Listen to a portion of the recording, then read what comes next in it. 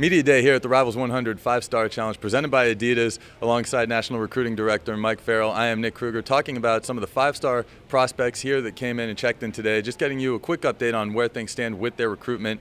Talking about four guys, in particular quarterback Justin Fields will get us started. What did you learn about his recruitment today? Yeah, I mean his decommitment to Penn State doesn't mean they're out of it at all. In fact, he surprised me and told me that the best fit offensively and depth chart-wise for him, this was a big surprise, was Florida State and Penn State. You know, a lot of people think Florida is the team to beat.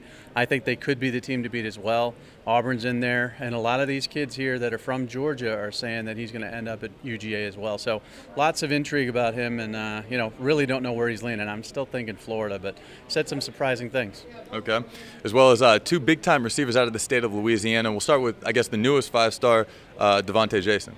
Yeah, you know, you talked about the Kansas thing. You know, he gets asked all the time, you know, are you going to stick with Kansas, and why'd you commit to Kansas, and when are you going to decommit from Kansas, and all that stuff. But only could come up with really one school, Notre Dame, that he wants to visit. Now, he said he had to go back and check his offers and see what other schools are interested.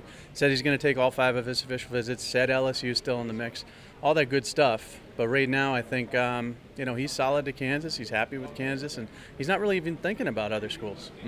And a guy that we saw, do we see Terrace Marshall here last year? So a second timer here at the Rivals 100 Five-Star Challenge. Terrace Marshall, what did you learn about his recruitment? I learned he has a mystery school that he wants to keep quiet, but I know what school it is. I know that LSU has got to be the team to beat. You know, I was a little surprised at how high I think Texas is up there. I think they've done a really good job with him. You know, Tom Herman's being very aggressive with him. LSU is probably the team to beat here. I think Texas is the biggest threat, but you know, he's really playing it close to the vest and doesn't want to really say, okay, I'm a Louisiana kid, I'm going to stick with LSU and just stay home. I think he's going to take this for a while. So Marshall down to a top 5. Let's talk about a guy who's got a top 10, somebody from my neck of the woods out in Texas, Anthony Cook. Yeah, and his top 10, you know, I love Anthony Cook because he's a great talker, he's a great player, very, very, you know, well coached. I think his parents have done a great job with him. You know, he's got a top 10, but he talked about the schools that really matter to him, and Ohio State and Texas. Now, everybody thinks Ohio State's the leader. He said Ohio State and Texas are even, and that was surprising to me because I came into this expecting to hear him say Ohio State was his team to beat. You know, he's got Clemson, he's got Notre Dame, he's got LSU on his list as well. Take his visits, but he wants to decide sometime this summer.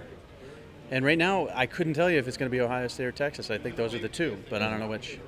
So plenty to see, not only from those guys' recruitment going forward, but also what they're going to do here at the camp tomorrow here in Indianapolis. So for Mike Farrell, I'm Nick Kruger here at the Rivals 100 Five-Star Challenge presented by Adidas.